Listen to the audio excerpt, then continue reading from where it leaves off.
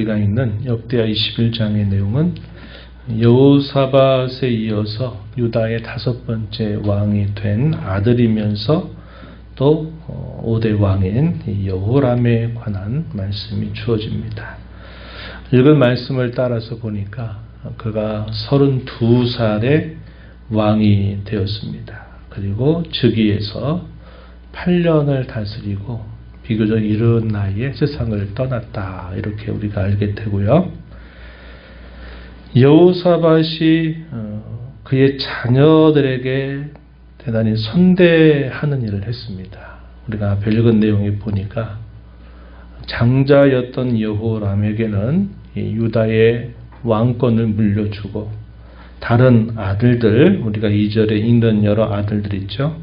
아사랴, 여이엘, 스가랴, 아사랴, 미가엘과 스바랴, 이 6명의 아들들에게는 견고한 성읍들 그리고 선물들을 후히 주어서 이 자녀들 간에 큰 문제가 없이 일들이 잘 이어지도록 여호사밧이 배려를 했다, 이렇게 소개가 되어 있습니다. 그런데 여호람이 왕이 되어서 자기의 세력이 구축이 되고 난 다음에 이 여호람이 어떻게 했느냐, 아버지를 배반하듯 악을 행하게 됩니다. 어떻게 했느냐, 자기 모든 아우들 6명을 다 죽였다고 말합니다. 모든 아우들을 죽이고 또 백성의 지도자들, 방백들 중 몇 명을 죽였다. 그래서 그 나라를 마치 자기가 소유한 나라처럼 이렇게 그것을 삼고 큰 악을 행하게 된 겁니다. 그리고 이 여호람이 가는 길은 그나마 앞에서 있었던 여러 왕들은 다윗이 하나님을 섬겼던 그 길을 따라서 걸어간 반면에 이 여호람의 경우는 처음으로 이스라엘의 집, 이스라엘 왕의 길로 행했다, 이렇게 소개가 됩니다. 6절 말씀이죠. 아합의 집과 같이 하였다, 이렇게 말하고 있습니다. 그래서 가서는 안 될 처음 길을 닦아놓은 사람이 바로 이 여호람이라고 하는 사람입니다. 아버지가 선한 왕으로 그렇게 하나님 앞에 귀한 일들을 하는 것들을 다 지켜보면서 자랐음에도 불구하고 이 여호람은 아버지가 가던 길과는 전혀 다른 길을 걸어가게 되었다는 겁니다. 여호람이 믿음의 아버지였던 이 여호사밧을 두었음에도 불구하고 아버지의 길을 따르지 않고요, 이스라엘의 길로 행하고 또 유다 하나님의 백성들에게 있어서는 있을 수 없는 망령된 일들이 결국 자행이 되도록 그 일을 부추겼던 것입니다. 그런데 그 이유에 대해서 뭐라고 설명하느냐, 6절 우리가 읽은 말씀에 보면은 이렇게 표현했습니다. 이는 아합의 딸이 그의 아내가 되었음이라, 이렇게 말합니다. 그가 여호와 보시기에 악을 행하였다. 이 두 가지 이유를 설명하죠. 하나는 당시 여호사밧과 이스라엘 아합 사이에 연원관계를 맺게 되면서 결국은 구별되지 못한 연합을 하게 된 겁니다. 하나님을 사랑하고 섬겼던 왕이었음에도 불구하고 그 당시에 가장 악을 행했던 왕을 가까이 하는 그 일이 2차례나 선지자에 의해서 책망을 받았던 일이 있었다고 그랬죠. 그런 일들 때문에 이 아합의 딸이었던 아달랴를 그의 장자 곧 여호람의 아내로 삼은 것입니다. 그러다 보니까 어떤 영향이 있겠습니까? 이 아합의 딸의 영향을 많이 받게 된 겁니다. 그래서 이 영향을 무시하지 못한다는 거죠. 그래서 우리가 읽은 6절 거기서 중요한 첫 번째 이유, 아합의 딸이 그의 아내가 되었기 때문이었다라는 겁니다. 또 하나의 또 중요한 이유가 뭐냐면 여호와 보시기에 악을 행했다는 겁니다. 영향을 안 받을 수는 없으되 그 영향이 아무리 좋은 것이든 나쁜 것이든 영향이 자기에게 있든지 그런 영향 때문이라고만 말하진 않는다는 겁니다. 중요한 것은 각자가 자기 인생의 어떻게 보면 주인으로서 하나님 앞에 서야 된다는 거죠. 그런데 이 여호람은 하나님 보시기에 양을 행했다라는 것입니다. 그래서 그 일로 인해서 어떤 일이 다스리는 동안 벌어지느냐. 복속되어 있었던 나라들이 배반을 하는 사건들이 일어났습니다. 에돔이 먼저 배반을 했어요. 에돔이 유다의 지배를 벗어나서 왕을 세우면서 에돔이 이 유다의 지배로부터 벗어나게 되었고 또 이어서 림나가 역시 또 이 여호람의 지배하에서 벗어나게 된 것입니다. 이렇게 된 이유는 뭐라고 이 역대기가 설명하느냐. 10절 하반절에 가서 보시면 이렇게 표현했습니다. 이는 그가 그의 조상들의 하나님 여호와를 버렸음이더라. 여호와 하나님을 버렸기 때문이었다. 이렇게 그 이유를 설명해 줍니다. 이 성경이 이 역사를 기술하는 관점 자체가 다분히 상황적이고 정치적이고 또 외교적이고 군사적인 그런 이유로부터 근본을 찾지 않습니다. 그 나라에게 그 나라의 참되신 주인 되신 하나님과 세움받는 왕 사이에 혹은 백성들 사이에 어떠한 관계에 있느냐 하는 것이 결정적인 이유가 되고 있다는 것을 우리가 또다시 확인하게 되죠.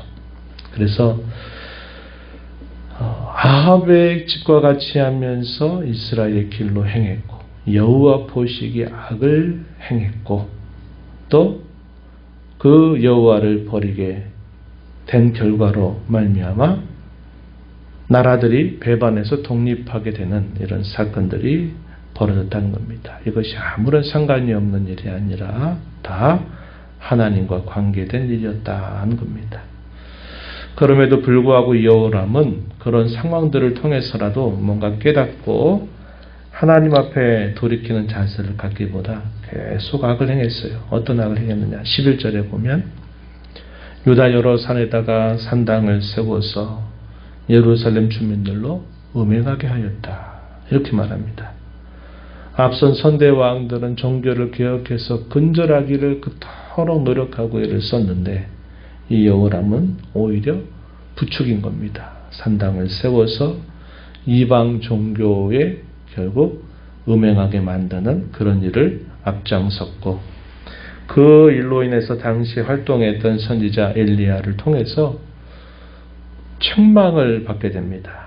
책망을 받게 돼요. 어떤 책망입니까? 12절 13절에 보면 유다 왕의 길이 아닌 이스라엘 왕들의 길로 행했다라는 것이 책망의 내용이었고 또 13절에 보면 자신보다도 더 착한 아우들을 다 죽여버린 것, 이것이 책망의 또 하나의 중요한 이유였습니다. 그러면서 그에게 심판을 선언한 말씀을 전달하죠. 엘리야가 전달합니다. 14절 15절 이어진 말씀에 보면 내 백성과 자녀들과 아내들과 내 모든 재물을 큰 재앙으로 칠 것이다 하는 겁니다. 또 15절에 보면 창자의 중병이 들어 창자가 빠져나오게 될 것이다. 이렇게 심판을 건넸습니다. 그 일로 어떤 일이 벌어졌느냐. 실제로 그 말씀대로 이루어졌다는 것을 보여주고 있습니다. 블레셋과 아라비아 사람들이 여호람을 쳐가지고 이 여호람이 가지고 있는 왕궁의 모든 재물과 심지어는 그의 자녀들과 아내들까지 다 탈취해 가게 되는 일이 생겨버렸습니다.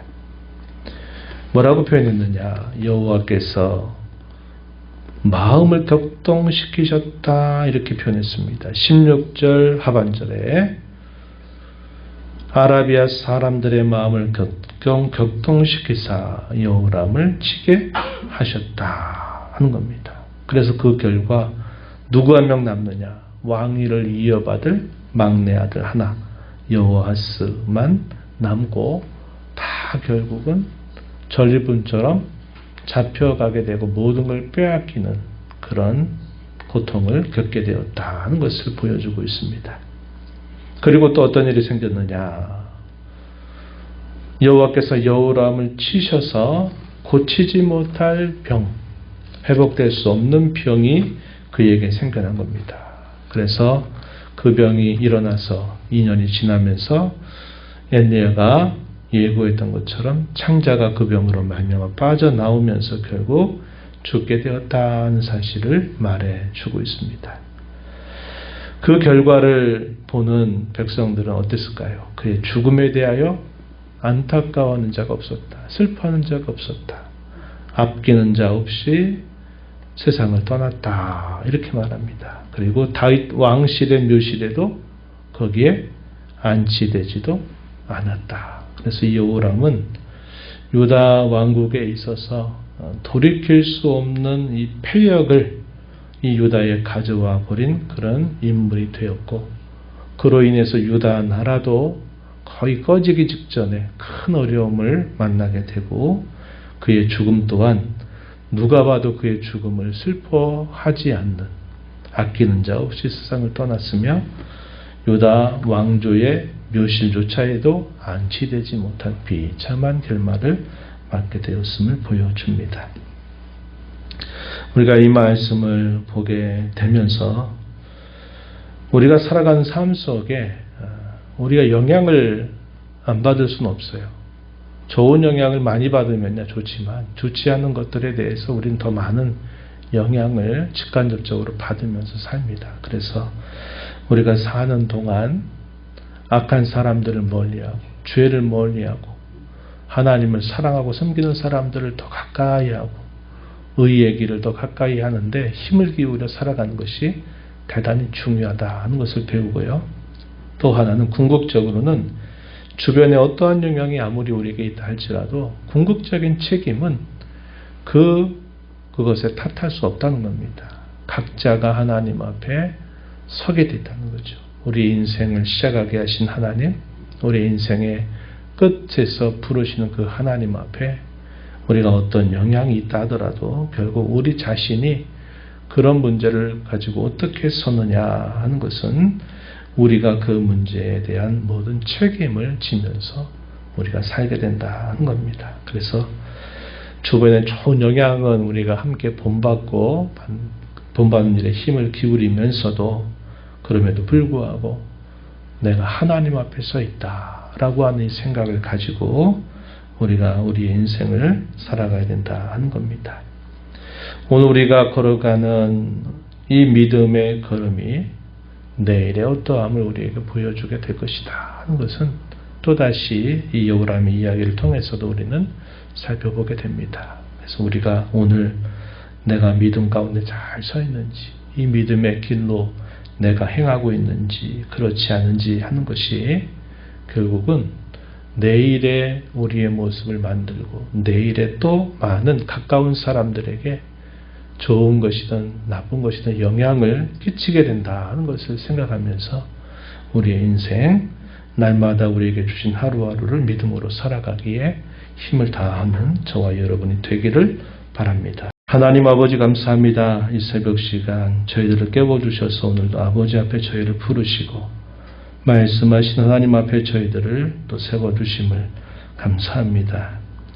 저희가 살아서 우리 인생을 걸어가는 동안 주변에 있는 것들로부터 많은 영향을 늘 받고 살아갑니다. 선하고 좋은 것들을 본받기보다는 좋지 않은 것들을 본받아가기에 너무 빠른 저희들임을 발견합니다. 그럼에도 불구하고 저희 모두는 우리 인생에 허락하신 하나님 앞에 서 있음을 또 기억하며 무엇보다 하나님 보시기에 하나님 기뻐하실 만한 믿음의 삶을 살아가는 저희들이 되도록 하나님께서 인도해 주시기를 간절히 바라옵나이다. 저희가 지금 걸어가는 이 걸음이 또 우리 가까운 가족들과 지인들에게 분명히 영향 끼친다는 생각을 갖고 또 내일의 우리의 모습을 만들 수 있다고 하는 것을 기억하면서 주어진 하루하루를 하나님 안에서 믿음으로 살아가는 저희들 모두가 되도록 주님 주장하여 주시옵소서. 은혜의 보호자 앞에 나와서 아버지 은혜를 구하는 모든 심령들의 간구를 귀 기울이시고 응답해 주시기를 바라며 예수님 이름으로 기도하옵나이다. 아멘.